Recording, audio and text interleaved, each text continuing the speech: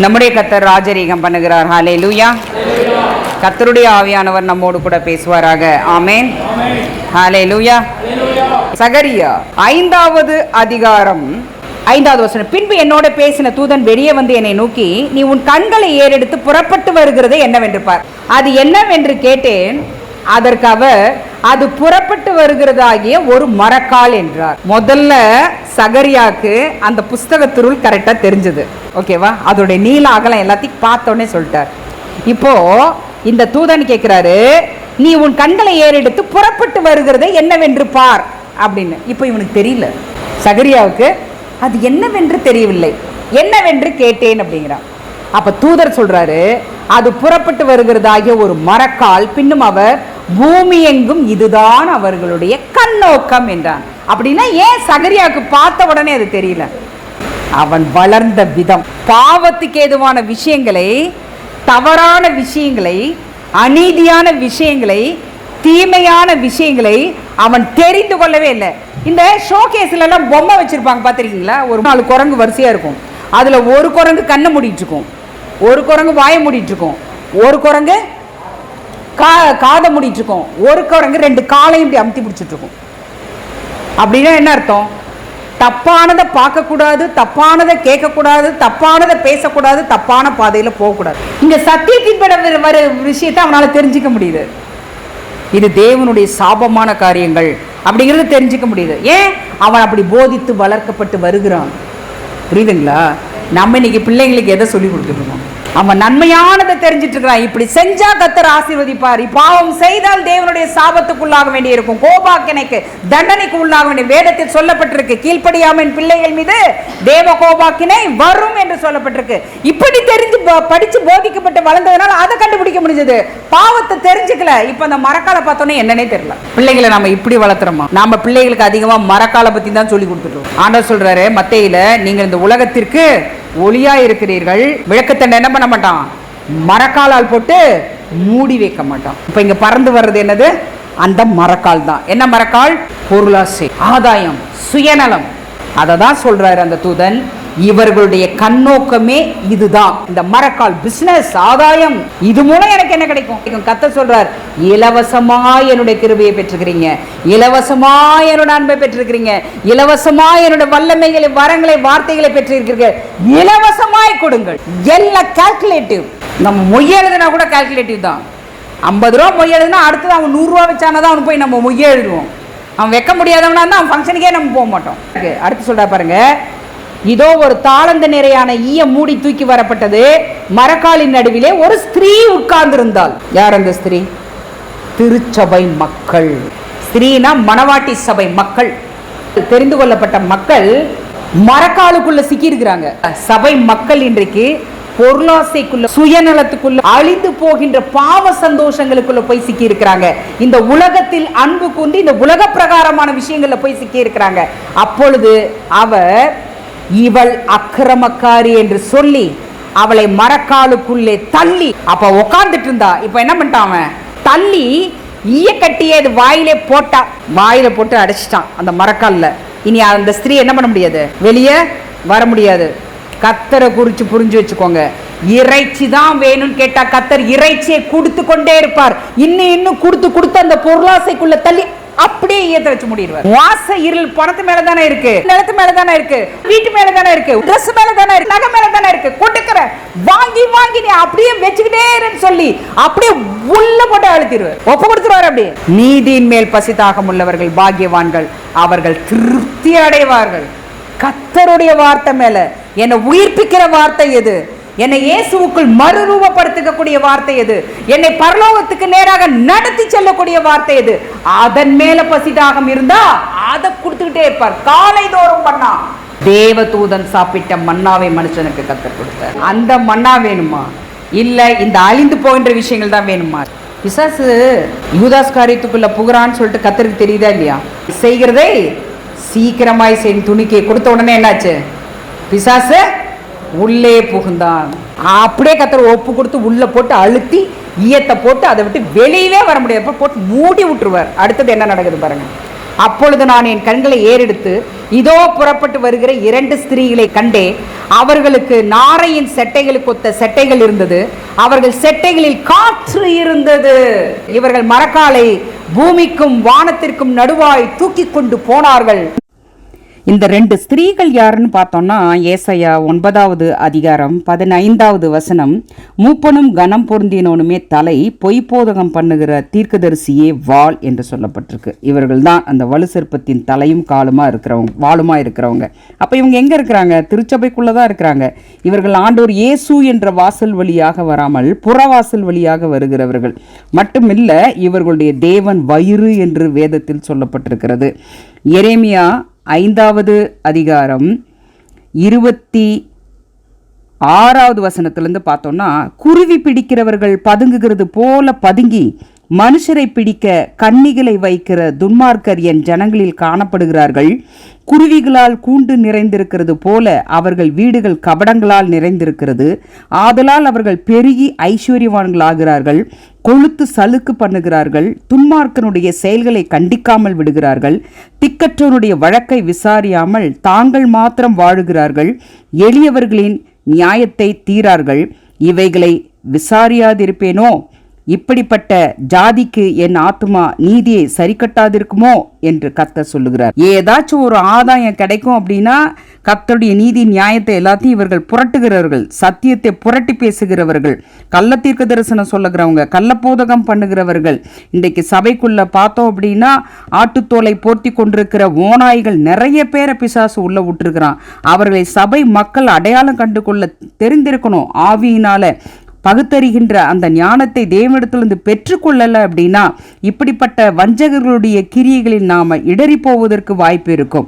ஆண்டவர் இதே அதிகாரத்துல 24வது வசனத்துல சொல்லுகிறார், அந்தந்த பருவத்திலே எங்களுக்கு மழையையும் முன்மாரியையும் பின்மாரியையும் கொடுத்து அறுப்புக்கு நியமித்த வாரங்களை எங்களுக்கு தற்காக்கிற எங்கள் தேவனாகிய கர்த்தருக்கு பயந்திருப்போம் என்று அவர்கள் தங்கள் இருதயத்திலே சொல்லுகிறதில்லை. அப்ப அந்த அளவிற்கு தேவனுக்கு விரோதமாக தங்களுடைய இருதயத்தை கடினப்படுத்தி கொண்டு கர்த்தருக்கு பயப்படுகின்ற பயமில்லாமல் எப்படிப்பட்ட துர்மார்க்கமான செய்கைகளுக்கும் இவர்கள் தங்களை விட்டு கொடுக்கிறவர்களா இருக்கிறார்கள். இந்த ஸ்திரீகள் 2 பேரும் இவர்கள் தான். இந்த ஸ்திரீகள் என்ன பண்றாங்க? தப்பான நம்பிக்கை கொடுக்கறாங்க கர்த்தருடைய ஜனங்கள்ல. நம்ம என்ன அக்கிரமா பண்ணாலும் கர்த்தர் நம்மளை தண்டிக்க மாட்டாரு, நம்மளை மன்னிச்சிடுவாரு, நம்மளை பரலோகத்துக்கு எடுத்துக்கொண்டுவாரு அப்படின்னு சொல்லிட்டு தவறான நம்பிக்கையை கொடுக்கிறார்கள். இதை நம்பிக்கொள்ளுகிற விசுவாசிகள் இன்றைக்கு தாங்கள் மனம் போன போக்கில் எப்படியும் வாழலாம் அப்படிங்கிற ஒரு துணிகரம் கொண்டு வாழ ஆரம்பித்து விடுகிறார்கள். தேவனுடைய சமூகத்திற்கு விலகி போக ஆரம்பிக்கிறார்கள். செய்யா என்ன தப்பு வேணாலும் செய், யாரை வேணாலும் ஏமாத்து, எவ்வளவு வேணாலும் பித்தலாட்டம் பண்ணு, எவ்வளவு வேணாலும் நம்பிக்கை துரோகம் பண்ணு, காசு தான் முக்கியம் அப்படின்னு சொல்லி நீ ஒரு நாள் வானத்துக்கு போயிடுவ, பரலோகத்துக்கு போயிடுவ. எல்லாம் ஒரு பக்கம் கள்ளோபதேசம் வந்து கிடைச்சிட்டே இருக்கும். வானத்துக்கும் பூமிக்கும் தூக்கி கொண்டு போனார்கள். நான் கூட்டிட்டு போயிடுறேன், நம்பிக்கை தருவாங்க, என் உபதேசத்தை கேளுப்பா, தைரியமா நீங்க செய்யுங்க, பரலோகத்துக்கு ஒரு நாள் நான் டிக்கெட் வாங்கி கொடுக்குறேன்னு சொல்றவங்களுக்கு டிக்கெட் நிச்சயமா இல்ல. இன்றைக்கு நிற்கிறேன் என்று சொல்லுகிறவன் நாளைக்கு நிற்பேன் என்று சொல்லாதிருப்பானாக. இன்றைக்கு நான் நின்று கொண்டிருப்பது கர்த்தருடைய கிருபை, நாளை நான் நிற்க போவதும் கர்த்தருடைய கிருபை. கர்த்தருடைய கிருபையை தான் நம்ம சார்ந்திருக்கிறோம். அவருடைய அன்பை, அவருடைய இரக்கங்களை, அவருடைய காருண்யத்தை சார்ந்திருக்கிறோமே தவிர நம்முடைய சுய பலத்துல கடைசி வரைக்கும் நிற்க முடியாது. அவங்களோட செட்டைகள் என்ன இருக்கு? காற்று இருக்கு. இன்னைக்கு பிசினஸ்ல டாப் பிசினஸ் எதுல நடக்குது தெரியுங்களா? இந்த உலகத்துல சொல்லுங்க பார்க்கலாம். காத்துல தான் நடக்குது. ஏன்? செல்போன் எதுல இருக்காது? காத்துல தான் இருக்காது. எல்லா நாடும் கம்யூனிகேஷன் சேட்டலைட்ஸ் அப்படின்னு சொல்லிட்டு எல்லா சேட்டலைட்ஸ் எங்க இருக்குது? ஸ்பேஸ்ல இருக்கு. எல்லாம் வானத்துக்கும் பூமிக்கும் நடுவே வந்துகிட்டு இருக்கு. மரக்கால் வானத்துக்கும் பூமிக்கும் நடுவே சபை மக்களை கொண்டு போயிட்டு இருக்கு. என்ன அர்த்தம்? எல்லாருமே இதுல முழுகி போயிட்டோம்னு அர்த்தம். ஒரு பக்கம் பொருளாசை, இன்னொரு பக்கம் தேவனுக்கு விரோதமான அநேக விஷயங்கள் இருக்கு. அந்த விஷயங்கள்ல திருச்சபை மக்களை இன்றைக்கு பிசாசு மூழ்கடித்துட்டான். இன்னைக்கு ஒரு வீட்டுக்கு போனோம்னா எத்தனை வீடுகள்ல குடும்ப ஜெபம் நடக்குது? எத்தனை குடும்பங்களில் ஒவ்வொரு நாளும் வேதத்தை மெடிடேட் பண்ணுறோம்? பெற்றோர்கள் பிள்ளைகளும் சேர்ந்து வேதத்தை மெடிடேட் பண்ணுறோமா? அப்பா கையில் ஒரு ஃபோன் இருக்கும், அம்மா கையில் ஒரு ஃபோன் இருக்கும், பிள்ளைங்க ஆளுக்கு ஒவ்வொரு கையில் ஃபோன் இருக்கும். 4 பேர் 4 பக்கம் கோணிச்சிட்டு பார்த்துட்டு உட்காந்துட்டு இருப்பாங்க ஃபோனில். அங்கே எங்கே அன்பின் ஐக்கியம்? அங்கே எங்கே வேத வார்த்தை மெடிடேட் பண்ணுறோம், எங்கே மற்றவங்களுக்காக நம்ம ஜெபம் பண்ணுறோம், எங்கே ஆவியில் நிரம்பி கத்தரை ஸ்தோத்திரிக்கும். உண்மையை யோசிச்சு பாருங்கள் மனசாட்சியோட. காற்று தான் இருக்கிறதுலே டாப்பஸ்ட் பிஸ்னஸ். இன்றைக்கெல்லாம் லேட்டஸ்ட் வெப்பன்ஸ் எல்லாம் வந்துருச்சுன்னு ராக்கெட்டா, ரஃபேல் ஏவுகணை, அந்த ஏவுகணை, இந்த ஏவுகணைலாம் சொல்லிட்டு இருக்கிறாங்க. இதெல்லாம் இல்லை. ஆல்ரெடி இப்போ காற்று மூலமாகவே வார். என்னது? வெப் வார். ஒரு தேசத்தில் இருக்கிறவன் நினைச்சான் அப்படின்னா இன்னொரு தேசத்தில் இருக்கிற எல்லாத்தையும் முடக்க முடியும். சைபர் அட்டாக், சைபர் வார் வந்தாச்சு. வார் காற்று மூலமாக நடக்குது. பூமிக்கும் வானத்துக்கும் இடையே சைபர் வார் வந்தாச்சு உலகத்தில். அதுக்கு செலவு ரொம்ப கம்மி. சாஃப்ட்வேர் உள்ள பூந்து அதை அழிச்சா முடிஞ்சு போச்சு. நாங்கள் நினைச்சோம் அப்படின்னா உங்க தேசத்தில் இருக்கிற இன்டர்நெட் எல்லாம் முடங்கி போகிற அளவுக்கு எங்களால் ஆன்டி சேட்டலைட் வெப்பனை செலுத்த முடியுங்கிறாங்க. என்னது? அந்த தேசத்தில் ஒருத்தரோட ஒருத்தர் கம்யூனிகேஷன் இல்லாதபடி பண்ண முடியும். இன்னைக்கு கம்யூனிகேஷன் வார், இன்டர்நெட் வார், சைபர் வார், வெப் வார், எல்லா வாரம் வந்தாச்சு. எல்லாம் இது மூலமா நடக்குது, காற்று மூலமாக நடக்கிறது. இந்த காற்று மூலமா எத்தனை தப்பு நடக்குது தெரியுங்களா? எவ்வளவு திருச்சபை மக்கள் இன்றைக்கு ஆன்லைன் கேம்ஸ், ஆன்லைன் சூதாட்டம், ஆன்லைன்ல எவ்வளோ சத்தியத்திற்கு விரோதமான காரியங்கள் எல்லாம் இங்க எதுல இருக்குது? காத்துல இருக்கு. அந்த நாரைகளின் செட்டையில் என்ன இருந்துச்சு? காத்து இருந்துச்சு. அதான் ஒரு பக்கம் கள்ள உபதேசத்தை கேட்டு நான் என்ன பண்ணாலும் பரலோகத்துக்கு போயிடுவேன். வாய்ப்பே இல்லை. கடைசியில் அது எங்க போச்சு தெரியுங்களா? அந்த மரக்கால். நான் என்னோட பேசின தூதனை நோக்கி, இவர்கள் மரக்காலை எங்கே கொண்டு போகிறார்கள் என்று கேட்டேன். அதற்கு அவர், சினேயர் தேசத்திலே அதற்கு ஒரு வீடை கட்டும்படி அதை கொண்டு போகிறார்கள். அங்கே அது ஸ்தாபிக்கப்பட்டு தன்னுடைய நிலையிலே வைக்கப்படும். சினேயர் தேசம்னா இது. சினேயர் தேசத்தில் குறித்து பைபிள் ஒரு முக்கியமான விஷயம் இருக்கு. என்னது? பாபேல் கோபுரம். அவர்கள் சினேயர் தேசத்துல தான் போய் ஒரு சமவெளியை பார்த்து, கர்த்தர் ஆதாமுக்கு சொன்ன ஆசீர்வாதம், எனக்கு பயந்து கீழ்ப்படிந்து என்னை விசுவாசிக்கின்ற சந்ததி உலகம் முழுவதும் பழுகி பெருகணும், பூமியை நிரப்பணும்னு சொன்னார். ஆனா இவங்க எல்லாம் என்ன நினைச்சாங்க? நாம எல்லாம் ஒரே இடத்துல இருப்போம், பூமி எங்கும் நம்ம போயிடக்கூடாதுன்னு சொல்லிட்டு அந்த இடத்துல பாபேல் கோபுரத்தை கட்டினாங்க. இதுதான் பிசாசுடைய திட்டம். கர்த்தர் ஒரு திட்டத்தை போடுகிறார், அதற்கு விரோதமான ஒரு திட்டத்தை பிசாசானவன் நிம்ரோதை கொண்டு செய்கிறார். பாபிலோன்ல கட்டுறாங்க அந்த பாபேல் கோபுரம், சினேயர் தேசத்துல. இப்ப இந்த மரக்கால் எங்க கொண்டு போகப்படுகிறது? சினேயர் தேசத்துல பாபிலோனுக்கு கொண்டு போகப்பட்டு பாபிலோனில் ஸ்தாபிக்கப்படுகிறது. ஏன் தெரியுங்களா? இந்த ஸ்திரீ திருச்சபை மக்கள் இந்த தப்பான உபதேசங்களை கேட்டு நான் போயிடுவேன், பரலோகத்துக்கு போயிடுவேன் சொல்லிட்டு ராங்கான டைரக்ஷன்ல போயிட்டே இருக்கிறது. தொடர்ந்து சத்தியத்திற்கு விரோதமான பாவங்களை அடுக்கி கொண்டே போகிறது. கர்த்தர் பார்க்கிறார், ஒரு ஸ்டேஜ்ல ஈயத்தை வச்சு மூடிட்டு என்ன பண்ணிட்டார்? கொண்டு போய் பாபிலோன்ல வை. பாபிலோனோட முடிவு என்ன? வேதத்தில் சொல்லப்பட்டிருக்கு. வெளிப்படுத்தின விசேஷம் 17வது அதிகாரம் 5வது வசனம். ரகசியம், மகாபாபிலோன் வேசிகளுக்கும் பூமியில் உள்ள அருவருப்புகளுக்கும் தாய் என்னும் நாமம் அவள் நெற்றியில் எழுதியிருந்தது. அந்த ஸ்திரீ பரிசுத்தவான்களின் இரத்தத்தினாலும் இயேசுவுடைய சாட்சிகளின் இரத்தத்தினாலும் வெறி கொண்டிருக்கிறதை கண்டேன். அவளை கண்டு நான் மிகவும் ஆச்சரியப்பட்டேன். யாருக்கு மேல வெறி அவளுக்கு? யோசிச்சு பாருங்க. திருச்சபை மக்கள் ஜாக்கிரதையா இருங்க. அவளுக்கு யாருடைய இரத்தத்து மேல ஆசை? பரிசுத்தவான்களுடைய இரத்தத்தின் மேலும் இயேசுவுடைய சாட்சிகளின் இரத்தத்தின் மேலும் தான் அவளுக்கு வெறி. பாருங்க, பிசாசுடைய டார்கெட் எப்போ? திருச்சபை மக்கள். பாருங்க, ஏற்கனவே பல கோடி மக்கள் அவனுடைய ட்ராக்ல போயிட்டு இருக்கிறவங்களை பத்தி அவனுக்கு கவலையே இல்லை. அவங்க அழகா அவனுடைய ட்ராக்ல போயிட்டு நரகத்துக்கு போவாங்கன்னு அவனுக்கு தெரியும். புரியுதா? யோபுல பார்த்தோம்னா சாத்தான் அங்க வந்து நிக்கிறான் கர்த்தருக்கு முன்னாடி. கர்த்தர் சாத்தான் கிட்ட என்ன கேட்கிறாரு? சன்மார்க்கனும் நீதிமானும் எனக்கு பயப்பட்டு நடக்கிற பரிசுத்தவானும் பொல்லாப்புக்கு விலகருமாகிய யோபின் மீது உன்னுடைய கவனத்தை வைத்தாயோ. பிசாசோட கவனம் யார் மேல இருக்கும்? இயேசுடைய வழியில வாழும் நினைக்கிற உண்மையான கிறிஸ்தவர்கள் மேலதான் அவனுடைய கவனமே இருக்கும். ஜாக்கிரதையா இருக்கணும். இயேசுவுக்காய் சாட்சியாய் வாழணும்னு நினைக்கிறவர்களுடைய ரத்தம், அவங்க ரத்தத்தை குறிச்சுதான் அவளுக்கு வெறி. ஏன்? இவங்களை தப்பு செய்ய வைக்கணும், இவங்களை தப்பான ட்ராக்ல கொண்டு போகணும், தவறான ஓட்டத்தில் கொண்டு போகணும், இவர்களை பாவம் செய்ய வைக்கணும், இவர்களை கீழே விழ வைக்கணும், நரகத்துக்கு நேராக கொண்டு போகணும். அதற்கு அவன் நம் மூலமாகவும் கிரியை செய்வான், நம்முடைய குடும்பத்தார் மூலமும் கிரியை செய்யலாம், சொந்த பந்தங்கள் மூலமாக கிரியை செய்யலாம், நம்ம கூட இருக்கிற யார் மூலம் திருச்சபை மக்கள் மூலமாக கிரியை செய்யலாம், புறஜாதியார் மூலமும் கிரியை செய்யலாம். கத்தர் சொல்ற பத்தியா, உன்னை கண் இடல, அந்த கண்ணை எடுக்க முடிஞ்சதா? யாராச்சும் தவறான ஆசைகளுக்குள்ளாகிற இது வரைக்கும் யாராச்சும் கண்ணை பிடுங்கி இருக்கிறோமா? தவறான காரியங்களை இந்த கை செய்து யாராச்சும் கையை வெட்டி இருக்கிறோமா? ஆண்டவரே சொன்ன மாதிரி அப்படியெல்லாம் நம்ம செஞ்சிருந்தா உலகத்தில் இருக்கிற அத்தனை திருச்சபை மக்களுக்கு ஒரே அடையாளம் இருக்கும், ஹேண்டிகேப்டா இருந்திருக்கும். ஒரு நாள் மகா பாபிலோன் அழியும். அந்த மகா பாபிலோனுக்காக யாரெல்லாம் தன்னை விற்று போட்டார்களோ அவர்கள் அத்தனை பேரும் இன்றைக்கு இயேசுவின் நாமத்தை சொல்லிக் கொண்டு இருக்கலாம், ஆனால் அங்குதான் இருப்பாங்க, பாபிலோனுடைய முடிவில் இருப்பாங்க. ஜாக்கிரதையா இருங்க. கர்த்தர் நம்மை சியோனாக தெரிந்து கொண்டிருக்கிறார், பாபிலோனாக தெரிந்து கொள்ளவில்லை. அல்லேலூயா. ஆசீர்வாதத்தின் ஊற்றுகள் எல்லாம் சியோனிடத்தில் உண்டு என்று அதை தேடி வருவார்கள் என்று சங்கீதத்தில் சொல்லப்பட்டிருக்கிறது. ஒரு மனிதன் பிறக்கும் பொழுதே கர்த்தர் இன்னான் இதில் பிறப்பான் என்று சியோனை குறித்து தொகை எழுதுவார் என்று சொல்லப்பட்டிருக்கு. நம்மை கர்த்தர் அப்படிதான் தெரிந்து கொண்டிருக்கிறார். இன்றைக்கு திருச்சபை மக்களை வஞ்சிப்பதற்கு ஏதுவான அநேக காரியங்கள் நடந்து கொண்டிருக்கிறது. நாம் எச்சரிக்கையாய் இருப்போம். கடைசி காலகட்டத்தில் இருக்கிறோம். ஆண்டவருடைய வருகை எப்பொழுது என்று நம் ஒருத்தருக்குமே தெரியாது. அவருடைய வருகையின் பொழுது நாம் எடுத்துக்கொள்ளப்படுகிறவர்களாக நம்ம காணப்படணும். இதுதான் இன்றைக்கு நமக்கு ரொம்ப ரொம்ப முக்கியமான விஷயம். நம்ம சமாதானத்தை மட்டும் விரும்புகிறவர்களா இருக்கணும், சமாதானத்தை தேடுகிறவர்களா இருக்கணும், அதற்காக பிரயாசப்படுகிறவர்களா இருக்கணுமே தவிர மற்ற விஷயங்களை குறித்து நமக்கு மோகம் வரக்கூடாது. 1 பேதுரு 8 நீங்கள் எல்லாரும் ஒருமனப்பட்டவர்களும் இரக்கமுள்ளவர்களும் சகோதர சிநேகமுள்ளவர்களும் மன உருக்கமுள்ளவர்களும் இணக்கமுள்ளவர்களுமாய் இருந்து தீமைக்கு தீமையும் உதாசீனத்துக்கு உதாசீனத்தையும் சரி கட்டாமல் அதற்கு பதிலாக நீங்கள் ஆசீர்வாதத்தை சுதந்தரித்துக் கொள்ளும்படி அழைக்கப்பட்டு இருக்கிறவர்கள் என்று அறிந்து ஆசீர்வதியுங்கள். ஜீவனை விரும்பி நல்ல நாட்களை காண வேண்டும் என்று இருக்கிறவன் பொல்லாப்புக்கு தன் நாவையும் கபடத்திற்கு தன் உதடுகளையும் விலக்கி காத்து பொல்லாப்பை விட்டு நீங்கி நன்மை செய்து சமாதானத்தை தேடி அதை பின்தொடர கடவன்.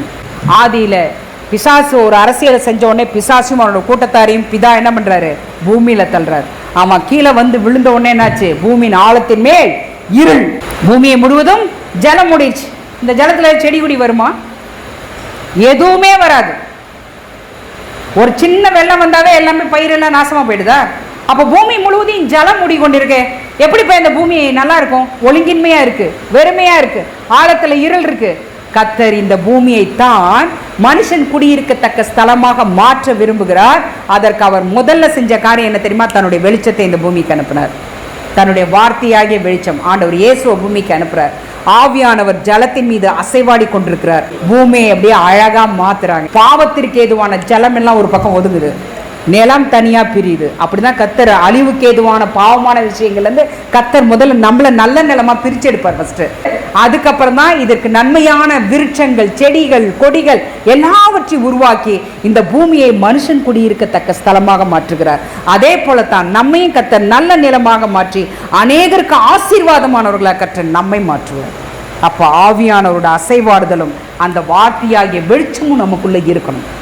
ஆவிக்குள்ள இருந்தா மட்டும்தான் கடைசி வரை நம்மளால் நிலை நிற்க முடியும், பரலோகத்தை சுதந்திரிக்க முடியும்.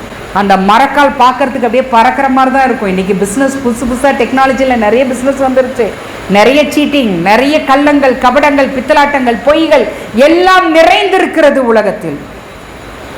இப்படிப்பட்ட காரியங்கள் எதனாலும் வஞ்சிக்கப்படக்கூடாதபடிக்கு ஆண்டவர் சொன்னதுபடி ராயனுக்கு உண்டானதை ராயனுக்கும் தேவனுக்கு உண்டானதை தேவனுக்கு கொடுத்து மனுஷனிடத்திலும் தேவனிடத்திலும் உண்மையுள்ளவர்களாய் இருந்து அவருடைய நம்பிக்கைக்கு பாத்திரவானாக கடைசி வரைக்கும் நம்ம நிலைச்சு நிற்கணும். அப்படி நின்றால் மட்டும்தான் பரலோகத்தை சுதந்திரிக்க முடியும். கண்களை மூடலாம். ஒரு எச்சரிக்கையின் சத்தத்தை எங்களுக்கு வெளிப்படுத்தியிருக்கிறேன். நன்றி அப்பா, நீர் எங்களிடத்தில் எவ்வளவாய் அன்பு கூர்ந்திருக்கிறீர் அப்பா. அன்றைக்கு 10 கன்னிகைகளும் நித்திரையாய் இருந்த பொழுது நீர் எவ்வளவு அன்பு கூர்ந்து மணவாளன் வருகிறார் ஆயத்தப்படு என்று நித்திரையில் இருந்தவர்களை எழுப்பினீரே. ஒரு கடைசியான ஒரு எச்சரிக்கை சத்தத்தை கொடுத்தீரே. இப்பொழுதும் கூட இந்த கடைசி காலத்தில் வாழ்ந்து கொண்டிருக்கிற எங்களுக்கும் நீர் எங்கள் மீது நீர் அன்பு கூர்ந்து கிருபை பாராட்டி அப்பா நீர் ஒரு எச்சரிக்கையின் சத்தத்தை எங்களுக்கு கொடுத்தீரே. நன்றி, நன்றி அப்பா.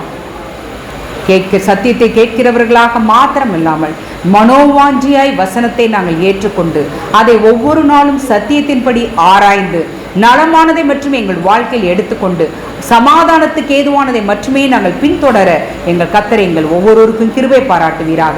நாங்கள் எங்களையும் வஞ்சிக்க கூடாதபடிக்கு காத்து கொண்டு நீர் எங்களுக்கு கொடுத்தவர்களையும் ஆண்டவர் இயேசு சொன்னது போல நீர் எனக்கு தந்தவர்களை நான் காத்து கொண்டேன் என்று சொல்றது போல நீர் எங்களுக்கு தந்தவர்களை நாங்கள் காத்துக்கொள்ளணும் ராஜா. மரக்காலில் போய் நாங்கள் சிக்கிவிடக் கூடாது ராஜா. Amen daddy. Thank me father. ஹalleluya. பாபிலோனில் நாங்கள் சிக்கிவிடக் கூடாது தகப்பனே. எங்களை காத்தருளும் அப்பா. பிசாசானவன் எங்களுடைய நடையை பிசகி போக பண்ணுகின்ற காரியங்களில் எல்லாம் எல்லா தீமைகளிலும் எங்களை விலக்கி காத்து எங்கள் நடையை நீரே நடத்தி அருளும். பரம கானானுக்கு நேராக நீர் நடத்துவீராக. ஆண்டவர் இயேசுவின் நாமத்தில் ஜெபிக்கிறோம் பிதாவே. ஆமென். ஆமென்.